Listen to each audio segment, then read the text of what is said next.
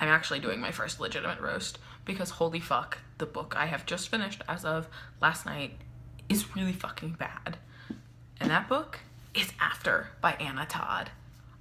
It's literally taken me since the time that I posted my book outlet haul a little over a month ago to finish it. I'm a fast reader. I should have finished this book in probably 2 days, tops. And it took me over a month, or around a month. Either way, it's been a month or so, and it's fucking terrible. It's literally fucking awful.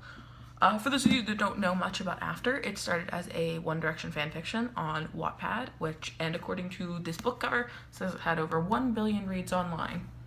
There are 3 sequels that I don't know if I can read. I told you guys I might consider doing it, but I don't know if I can do this 3 more times.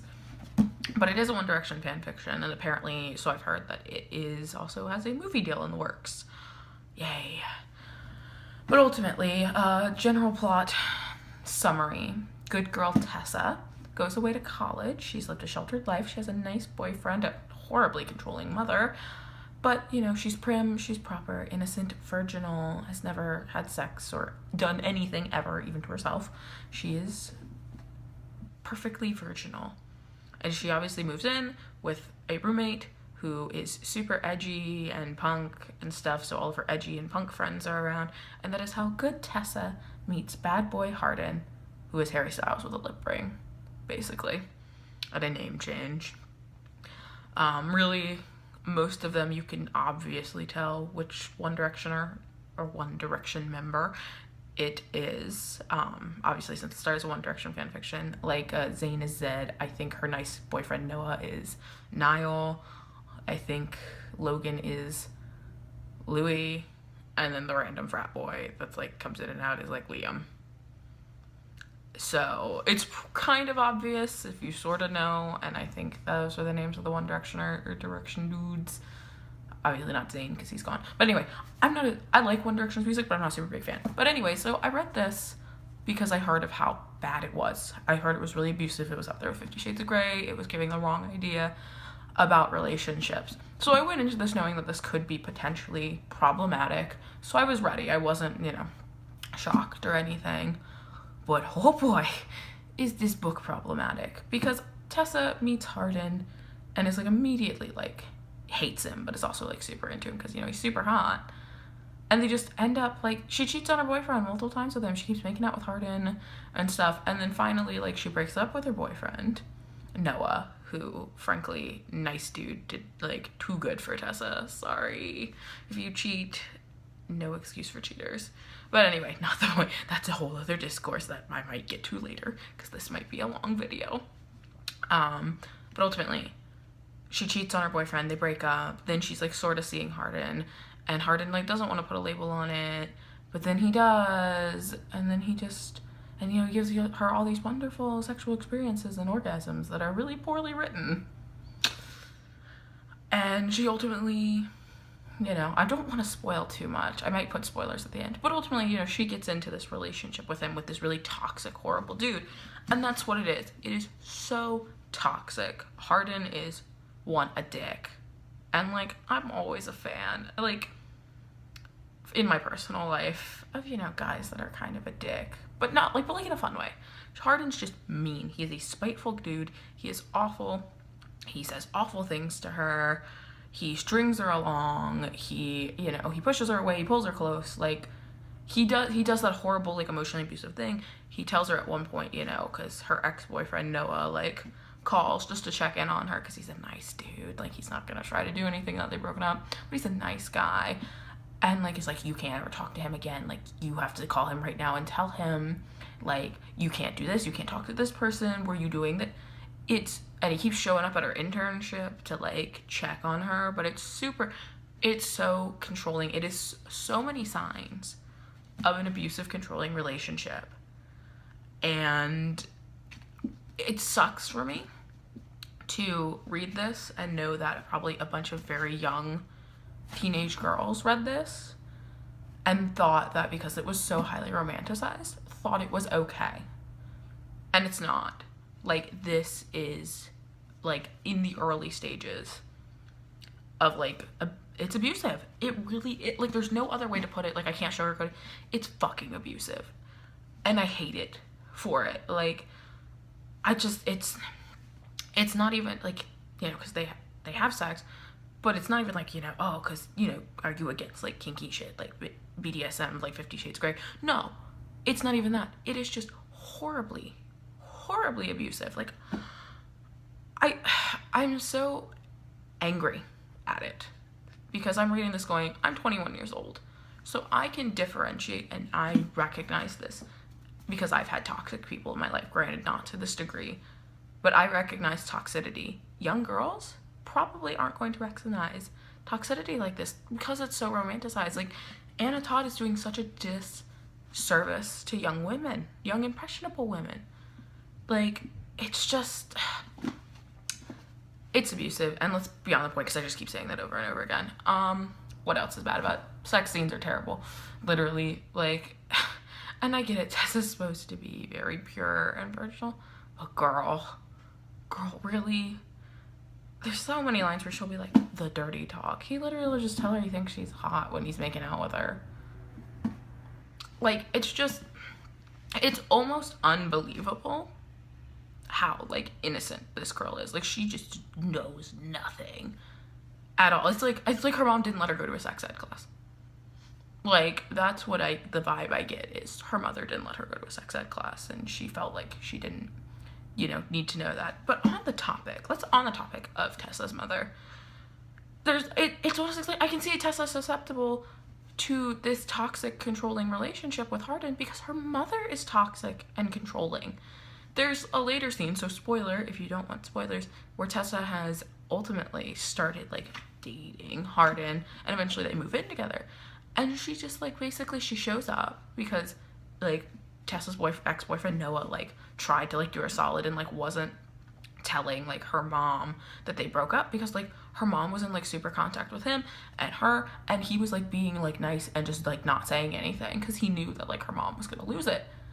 And she, like, appeared at Tessa's dorm and basically, like, screamed at her and said, I've convinced Noah to take you back. Like, you're going to do it. You're gonna stop seeing Hardin. Which I, like, and as a mother, like, seeing Hardin, and clearly he's bad, like, I could see why she'd be apprehensive, but you, like, the reaction she has is unreasonable. And basically, you know, Tessa's like, no, I don't want to be with Noah, because she doesn't, regardless, even if she, like, didn't want to be with Hardin made her realize she doesn't want to be with Noah, and that's fine and dandy. Like, that's totally fine. That's what happens when you go to college. And also, frankly, it creeped me out because Noah was a year younger than her anyway, and I'm very uncomfortable with that.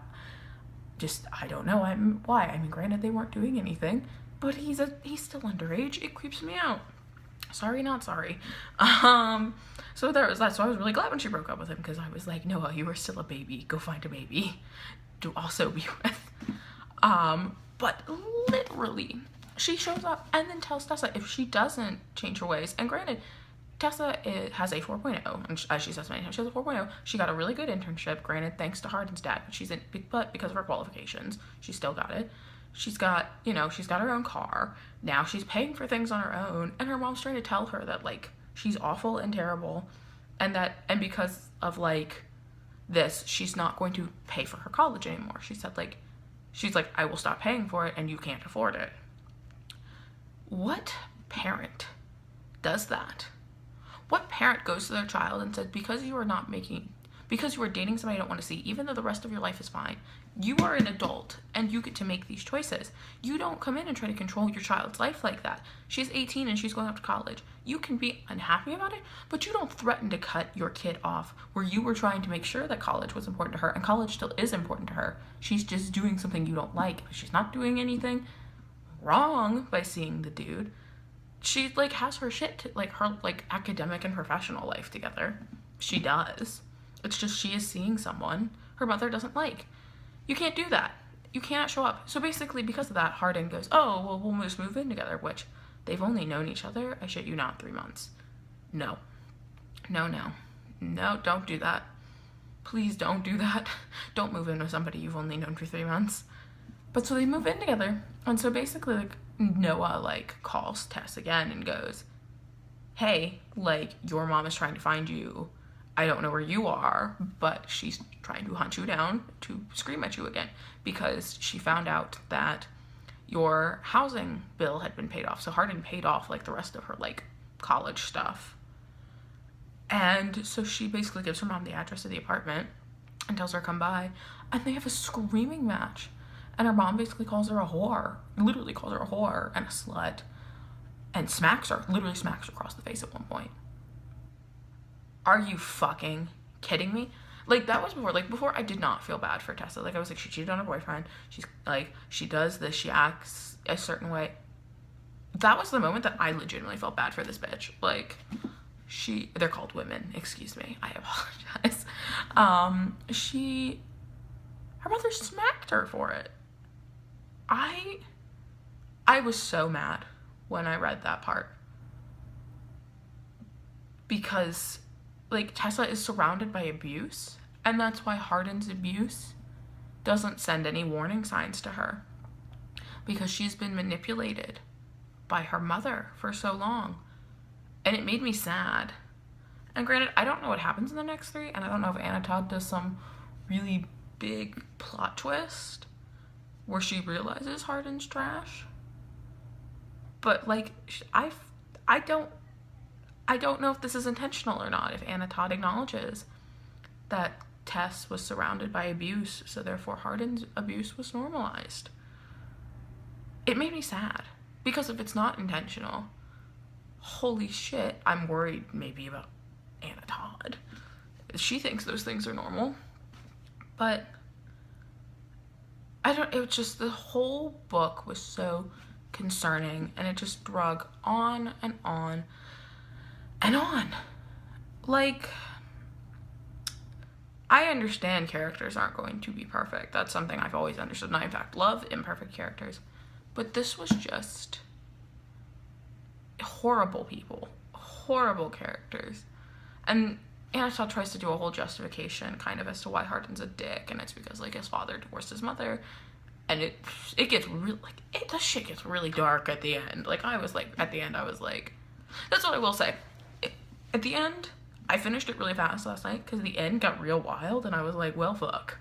Let me keep going. And I can see how, like, successful at the end this would have been as a fan fiction on Wattpad. Especially, like, done in chapters. And I think there's literally 100 chapters in this book. So I could see, like, how that would do immensely well. But, like, the end was too much, was so much. And there's clearly, like, plot points they're going to develop in the other books. Because it's clear, like, Hardin is involved with a really bad crowd. This is a huge spoiler, and also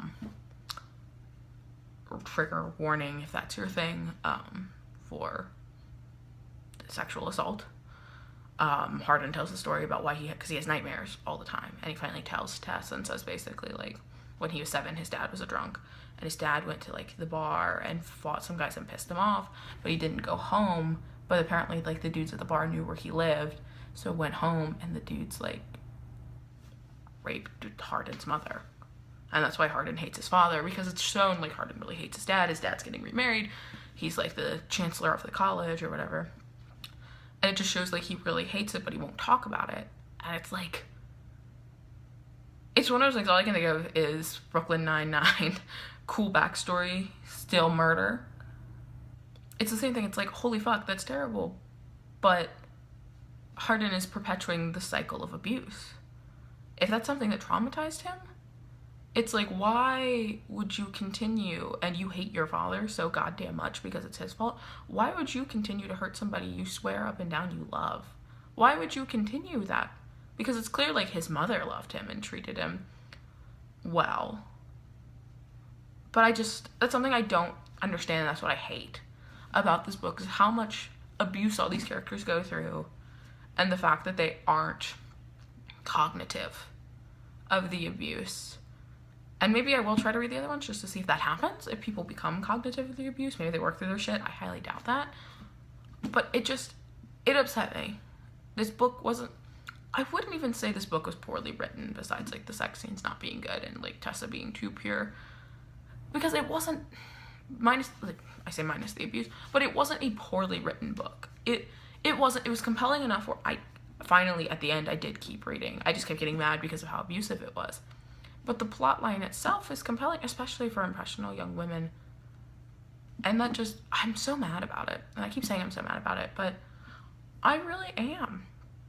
The amount of girls that read this, and I know young girls are reading this, because the reason I heard about this book like a year ago was because I had a friend whose little sister, who was 14 at the time, started reading it. She'd never been in a relationship. Like, it's one of those things, like, they're impressionable, and obviously, like, I don't want to, not give young teenage girls credit of knowing what's right and wrong, but it's one of those things, if you don't know, you're gonna think this is okay. It's like a worse version of every young adult brooding hero or love interest that, is a dick. It is that on steroids, and it is not okay. So basically, fuck this book, fuck Anna Todd, fuck the ending. Like, holy fuck, like, it's not even a plot twist, because it's not that I saw it coming, but it was also just like, oh, I'm not shocked. But fuck it, it literally, so huge spoiler, like, stop now.